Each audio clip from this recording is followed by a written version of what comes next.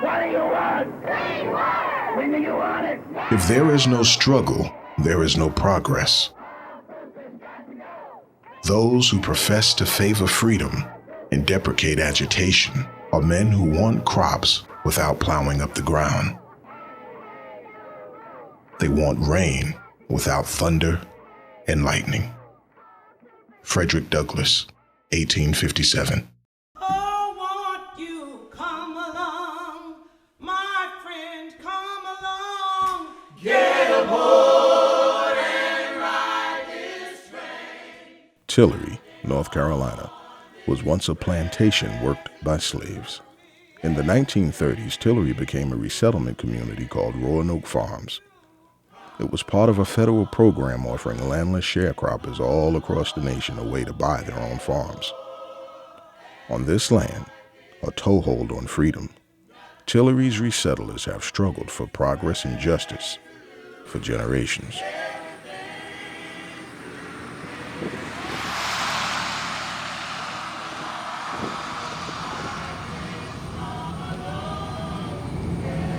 Tillery was basically a land grant to the Tillerys from the King of England. All of this was a part of the Tillery plantation, that 25,000 acres that was originally the plantation.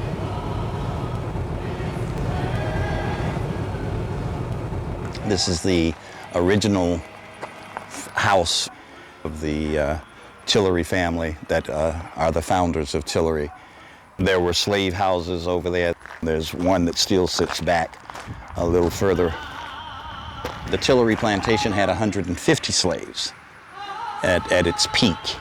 Can you imagine working 1,000 acres of land with a mule?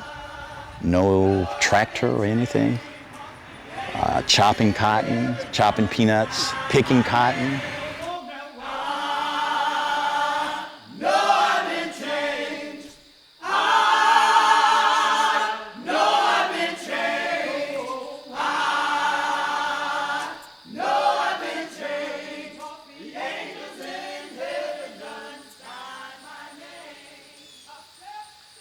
Well, I think first of all we have to realize where we are and what was here, that there was already two communities here, the descendants of the slave owners and the descendants of the slaves. There was a great-grandfather that was a slave. He was born in 1846, and his slave master was John Tillery. But my grandfather, he was born enslaved. They weren't freedom when he was born, but he wasn't old enough to be, working or anything. He was still with his parents. When freedom came, it brought new opportunities for African Americans. During Reconstruction following the Civil War, blacks voted, won elections, bought land, and gained power. But freedom was short-lived. Powerful whites created Jim Crow laws to take away voting rights and impose segregation. Groups like the Ku Klux Klan terrorized anyone who fought back. A system called sharecropping kept landless farmers locked in poverty. I remember 10 or 15 houses back up in this field. They were sharecroppers on the Tillery farm. Cotton, peanuts, the traditional row crops that we were growing here. Tobacco, cotton, corn, peanuts, soybeans. Everything you could, on the farm, we did it. I can tell you one thing. I was so glad when I got grown enough to get out there. Your parent would work, and the landlord furnished everything, the animal, the plow, the fertilizer, the seeds, everything that was furnished. And you call it sharing on half. You do the work, and they furnish everything else. When they were sharecropping, my dad said they just made it from one year to another when they were sharecropping, working for the white man, I would say. You know, and a lot of times you get your groceries by the month, they give you money too. And then when the end of the year comes, they say, well, you don't have anything left over after you pay all your bills. At the end of the year, the crops were sold and you received a certain portion of income. Could have been on halves or could have been less. That presented a problem because most time you didn't keep a record, so you don't know what it sold for, how much it was, and you accept the word and the amount. My mother, she cooked it for this white man. My daddy, he worked it on the farm. But then, black folk couldn't sit and had to keep the mouth shut. Don't just get hurt or killed. And it, you know, I come up in fear. Because I thought that, you know, that my mom and daddy were going to get hurt. That man, the boss man, was giving my dad $1.25 a week for 3 children and himself and my mom. I don't know how they made it, but they did. Now this is one of the sharecropper houses, and a family just moved out of this 2 weeks ago. I don't know, you just get a house, one of the broke down houses like they had, and just live in it. My dad, he didn't produce nothing in 22 years. The only time he made any money, I knew anything about it, was I think he earned, or they give him, he earned more than that, but they give him $600 one time. And the rest of the time was just food, just living. In 1934, President Franklin D. Roosevelt signed the New Deal resettlement program into law. In Tillery, the government bought 18,000 acres of land along the Roanoke River, divided it into farmsteads, and sold it to sharecroppers. It was called the Tillery Resettlement Farms, and I understand it was land that older white people owned. Like this farm that I'm on was called the Blackgate Farm, but because they bought it from somebody by that name. They felt like they had died and gone to heaven. You take someone who is digging in their, what they know is going to be their own garden, who's chopping and plowing and what they know is going to be their own field. And for those who had always dreamed of being independent, they thought they had died and gone to heaven. It was better than sharecropping because we was supposed to be that permanent. We was farming to own this place and have a home. In this farm, we didn't have to pay nothing down. You just go in and have a meet with some people in some office, and they would tell you about this and ask you how many children did you have. You rented the first year. Each farm out of the crop was raised, paid $150, because time was cheap then. I enjoyed it to the highest because it made you feel like you were somebody, raising everything and being independent. What I mean by independent, I heard them talk about sharecropping, but I don't know about that. They said you always felt underneath, you didn't feel on the top, but down here made you feel like you was doing something for yourself, to own something.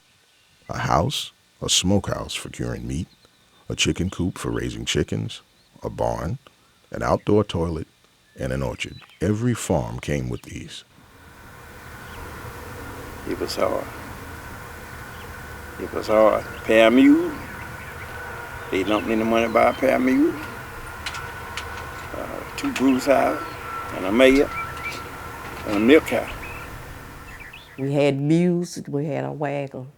We rode on that to Tillery and did the farming with the mules. And my oldest brother named Wallace, he did all the plowing. And we did the chopping. Chopped the corn, the peanuts, and cotton. And we picked it out, didn't have no cotton pickers then. Everything was mostly did by hand. I think we were picking cotton or something, and somebody broke on, there was an old hymn called I Shall Not Be Moved. It wasn't significant, the name of the song wasn't significant to me then, but now I realize what the mentality was, you know, saying, you can bring it on, but I ain't going nowhere. And one little lady started going, I shall not, and everybody in the field went, I shall not be moved. And she said, I shall not, and the whole field went, I shall not be moved. Just like a tree that's planted by the water. I shall not be moved.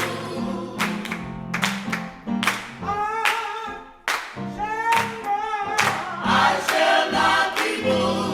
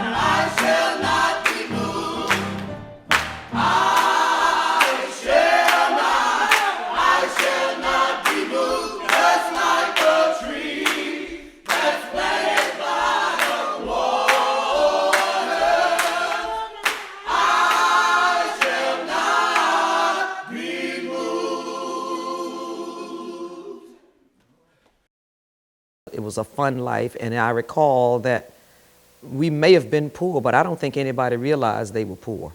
We just were rich and we think in so many other things. The resettlement program was not free of racism. Blacks received smaller plots than whites. Black farmers, unlike whites, had to lease their land for 3 to 5 years, while government agents judged their ability to manage. These experienced farmers could not make their own decisions. Some called this sharecropping for the government. The Roanoke Farms resettlement was planned for both blacks and whites. But when the administration discovered the farms were in a floodplain, they moved whites to higher ground. The low-lying land was sold to black families. He had a resettlement farm, and this is where he would go up to the office and they would take an interview of him up there and ask him many questions. And sometimes they would send somebody out to the home to ask the children question, how do they like it? And they come around and inspect your homes at that time to see was you taking care of it or running it down. They put you on it and let you qualify. You come put your application in, and they let you have it. Then they usually had 2-3 years trial. If you didn't do it in 2 years, then they put you out and sell it to somebody else. After they were sort of graded out, some remained, some came in, and some went out. It was sort of like that, like playing checkers. When you want something, you work forward to getting it.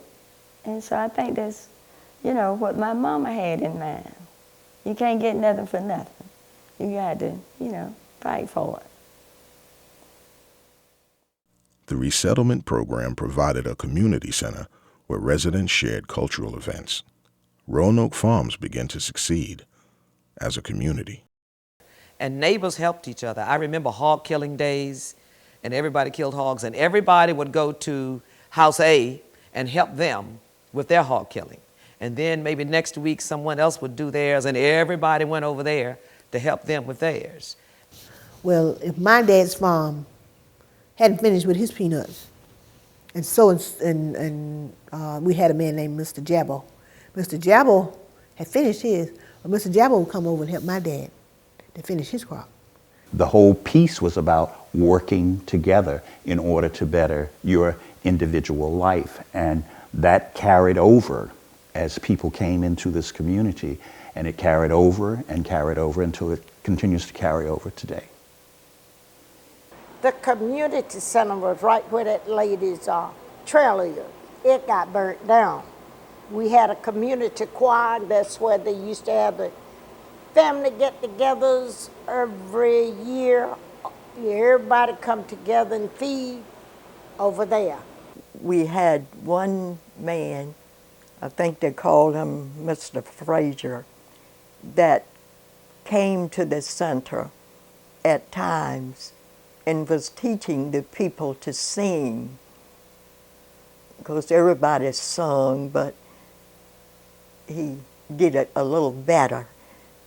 So he organized a group, more or less like a choir. And then we had other people come in that did various types of cooking. It had a kitchen.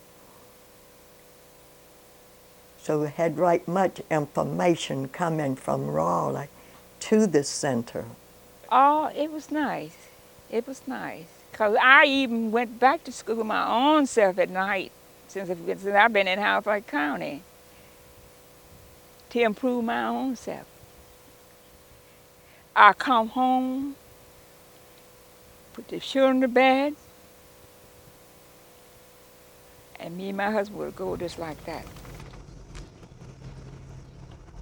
This is the original store, community store, that was built for the resettlement community back in the 1930s, where about people not having to be subjected to the local merchants who were charging 21% interest.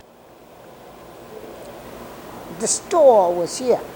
We would come here, they had cheese and everything. We were here. There were gas pumps here. The main road came out here in front of the center. It did pretty good up until the resettlement era ended, and it struggled to stay on for a little bit longer. We walked to church at night at Tillery Chapel Church, and during the day, very seldom we rode anywhere. This is the Tillery Chapel Church. This is the church that the resettlement community actually built. Farmers would donate bales of cotton a year into the building fund so that the new church could be built. There were, I know, at least 10 farmers who donated a bale of cotton a year. The most times we would fellowship would be at church. I can't recall any other events that we would fellowship together. First of all, we worked so darn hard, we ain't had no time to fellowship. And the only time was church. Saturday, we would go uptown. The area was originally called Tillery's Crossing. There was something like a total of 7 trains a day, I believe, 4 freight trains and 3 passenger trains. Tillery was a bustling community.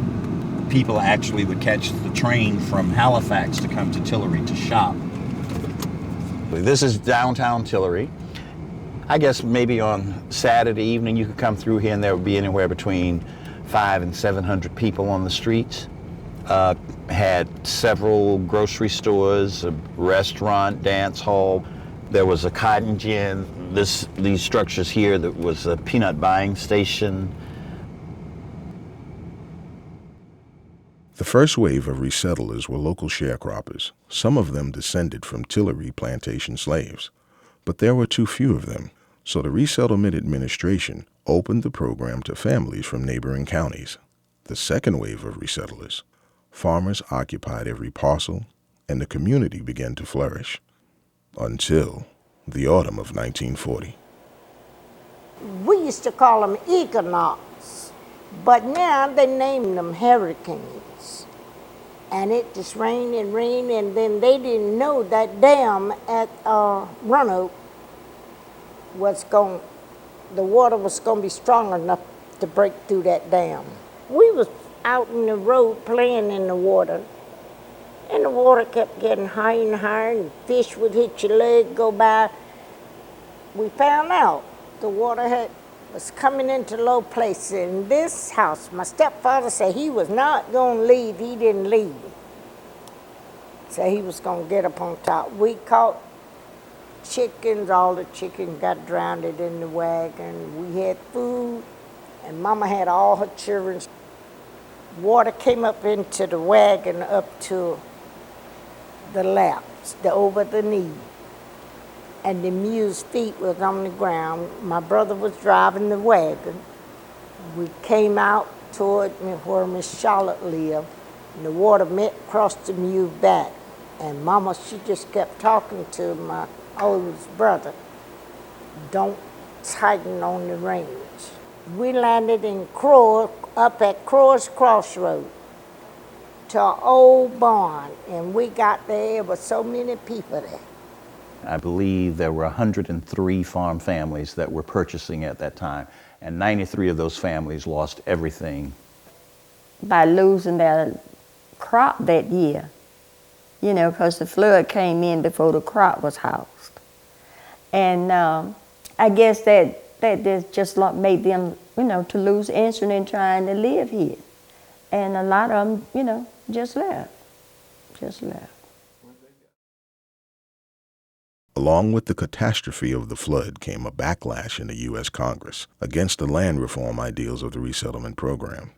The Resettlement Administration was replaced by the more conservative Farmers Home Administration, with much stricter supervised loans. There would be no more government-sponsored community activities, and a third wave of black farmers came from all over the Southeast.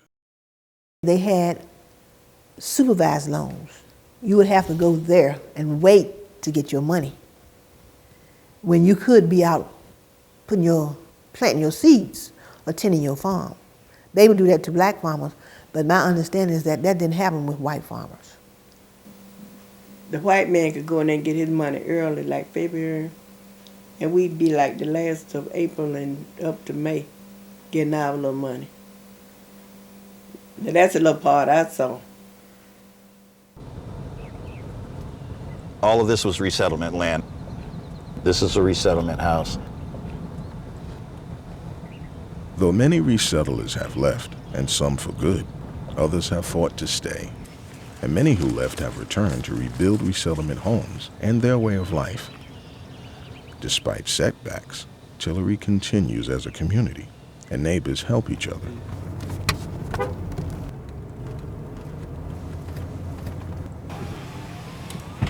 Is that what they call a shade tree mechanic? Yeah? Got you covered now. So if the truck breaks down, we'll know who to call. Make him give you a warranty.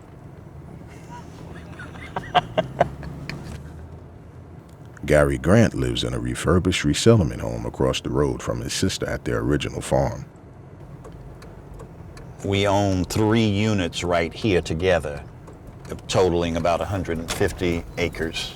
My mother and father lived in Northampton County for a year with my grandparents, who were sharecroppers. So, of course, they knew they didn't want to be sharecroppers, and if this opportunity presented itself, then that was what they wanted to do. Put both your hands on it. We had absolutely wonderful parents. Get it all in it, pat it down. They came in on the third wave in 1947. They moved over here to Tillery, to the Tillery resettlement. So they came in on the third wave in 1947. And 11 families from Richware came about the same time, and most of them, well, everybody was a relative. My father told me they was very hard-working people and very courageous. He said they didn't play around. He said they were striving to buy what they had come to do.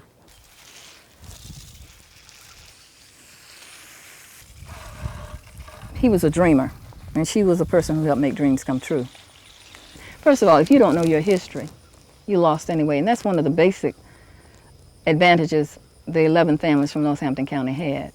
They were taught from the ground up who they were. They were taught about Frederick Douglass and W.E.B. Du Bois. They could recite poetry that I can't even recite today.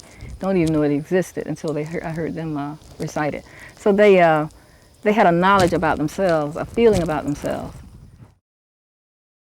The civil rights movement began to take root all across the nation in the 1940s and 50s. In Tillery, where African American families owned their land and had long worked together in many ways, the struggle for equality found fertile ground. The Tillery Improvement Association starts in the early to mid 50s.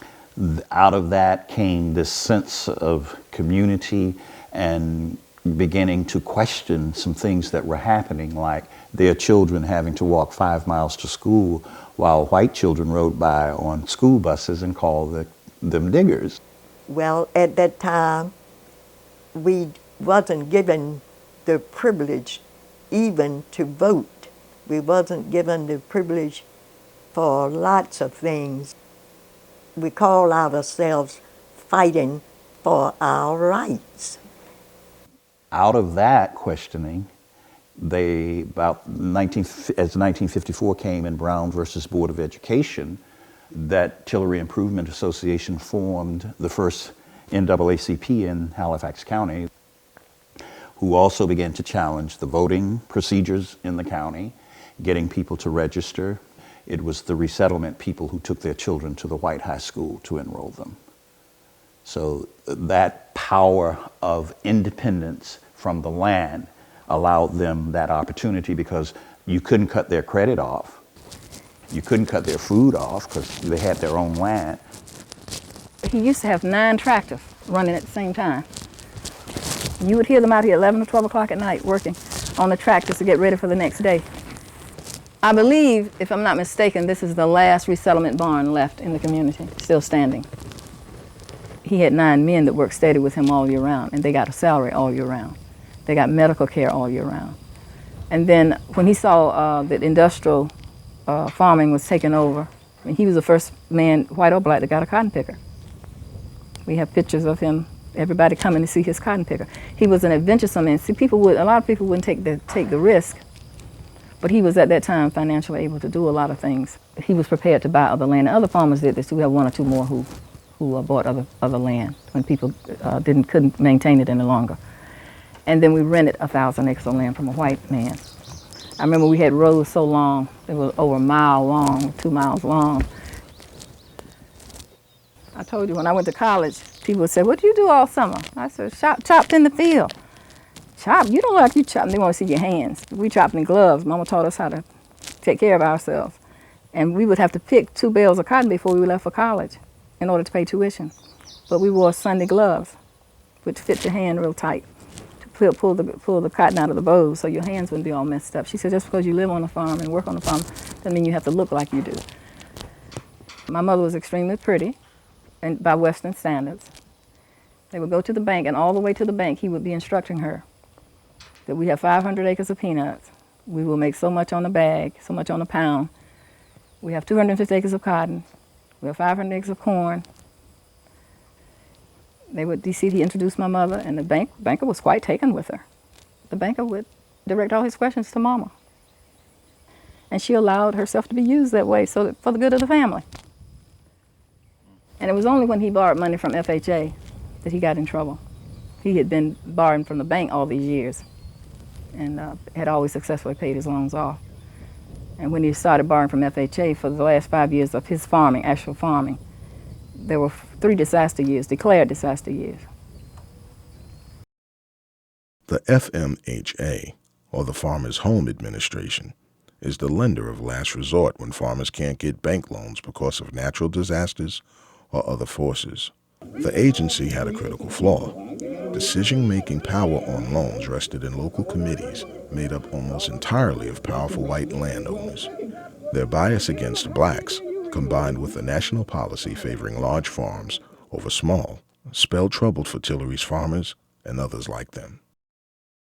We are under foreclosure. We lost our way of life, all our credit, our means to produce crops.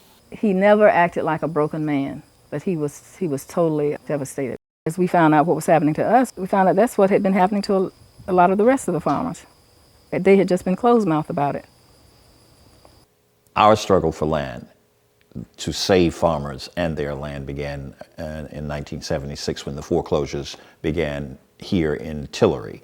And then it reached out into other counties, and before we knew it, we were actually dealing within the eastern region of North Carolina. Then, as we began to understand the struggle here, we began to understand that it was just not North Carolina, but that this was a national problem of people, black people losing land and all. Owed $41,000, and that's a small amount for my dad at that time. But they wanted every dime at one time, and my brother owed $19,000. And we were all working jobs and all. Can't we set up some kind of payment plan? I'll never forget that day, how they talked down to Daddy. Matthew this, Matthew that, and his ultimate, the man at the FHA office director told him that you're gonna lose this land, and we're gonna sell you out, I don't care what you do. It's over for you, Matthew. And I remember Daddy beginning to plead a little bit, and I jumped up and said, don't you beg that son of a bitch for nothing. Out of the 300 farm families that were here, none of the original people are farming, and none of their children are farming. We basically can say that we have no one from the resettlement because the government drove us all out. Back when farmers were doing a lot of farming, teenagers, we would work on the farm, and a lot of people knew that it wouldn't bring them any stable financial security. So, and besides, no jobs, around to be had at that time. Once you graduated high school, you're gone. New York, Philadelphia, Baltimore, Maryland, Washington, D.C., gone. I think they call that out-migration. This is the school that I graduated 8th grade from, the old building. And then in 1965, I returned here to teach, where I taught for 11 years. When I came, we had probably somewhere between 500 to 600 students in grades 1 through 8. And by 1981, we had less than 100 in grades K-6. So that was the impact of the out-migration. School Board of Education was planning on closing the school down. Most black communities such as this one, a school is a focal point. It's the middle of what's happening in that community. The community was not willing to give up its center without a struggle. Parents asked Gary Grant for help, and they organized the concerned citizens of Tillery to fight for their school. I said, well, what is it that you want to do? They said, well, we don't want to lose the school. And from that, we began to organize around saving the school. And we were actually able to keep it open until 1981. When the school was finally closed, we were told that we were getting economic development, and we had a slew of sewing factories that came through. Of course, we never saw any real benefit from it, but it was also the prelude to other forms of, quote, economic development.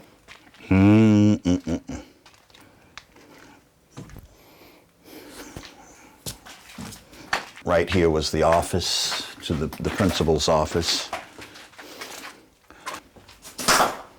This is the first time I've been in this structure since we lost it. But I mean, just look at the waste in here. Many schemes emerged in Tillery, from business startups to prisons to factory farming. But none have benefited the people of Tillery.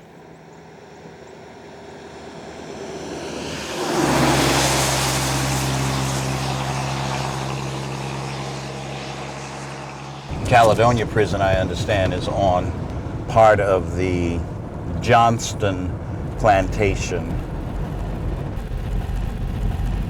But now Caledonia is still farmed by the state enterprises. We house about 650 male felons. Most of the inmates actually look forward to working. It's not the fact of money they make, because they don't make a lot of money. It's the opportunity to get out of that cell block and do something constructive all day. We have inmates that actually request on a day-by-day, I want to work. So all the machinery that's run on this farm, all the work that's done in chicken houses, everything is done by inmate labor. We have only 3 people that work over here, so all of the money is being taken out, yet we take all of the risk. Probably one of the worst things that has happened to us as a result of the outmigration of our children and the farming becoming so mechanized is that eventually we get another form of economic development called hog farming. This is Smithfield Carroll out of Virginia. They were the ones who had targeted about 17 for the eastern portion of Halifax County. We probably would have gotten 8 or 9 of them here in Tillery if we had not organized ourselves. We are here to send a message to the legislature and a message to Governor Hunt and a message to the rest of the residents of North Carolina that this poop has got to stop. In 91, I believe, there was a piece in the newspaper that said economic development coming to Tillery, North Carolina. And one of the things we say about that was it brought the white community and the black community together. I first started hearing about concerned citizens of Tillery when we were looking at an intensive livestock ordinance to regulate what we began calling factory hog farms. People didn't know what bringing any hog farm into this community would do to their health.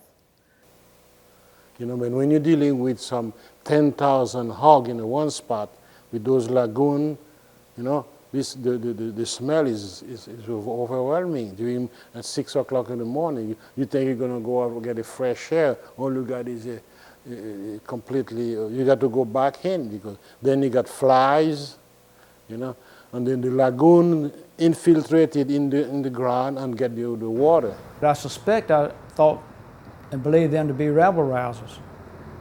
It didn't take me long to see that they had a legitimate concern for not only for the community of Tillery, but also for all of the state. The fight against factory hog farms led to a statewide moratorium. After organizing to save its school, the community took the lead on other statewide and national struggles. 90% of rebounding is due to the actual resettlement process that people went through, having to form cooperatives, having to form groups to do management. And I would say that that's why the Concerned Citizens of Tillery is so effective today. Black farmers gathered in Washington, D.C. in 1996 to protest racist government lending policies. They formed the Black Farmers and Agriculturalists Association with CCT and Gary Grant in the vanguard. This is about land. The Concerned Citizens of Tillery, once it has lost the school, must organize around saving the land that was supposed to afford the opportunities to the families, and we created the Land Loss Fund. The organization filed and won a class action lawsuit against the U.S. Department of Agriculture. We would say that we won the lawsuit, but at the same time that we lost because of the way that the government has hampered farmers from being able to actually get through the process and claim their awards for the damage that had been done to them, as well as the fact that many of them have not received debt write-down or debt write-off that they were supposed to receive from it. We have now 864 cases still to be resolved. All of the work that you have been doing for the time that you have been in Congress, only 224 have been resolved. It is planting season. And you have farmers that are there. That's right. In this 864 who have been waiting 10, 15, and 20 years. We have people who have died waiting. We have people who have had heart attacks, who have died brokenhearted, waiting for their government. In 1987, we had a young woman from Duke University who did her senior thesis paper on the Tillery community. It's entitled Tillery, 100 Years of Struggle. It was when this research was done, it was like opening up this whole book of history that had been closed to us for so many years. So we began to document, to collect the oral histories, to collect photographs, to talk with people about what had actually happened here in Tillery. This little light of mine, Lord, that means good to me, because I love that too.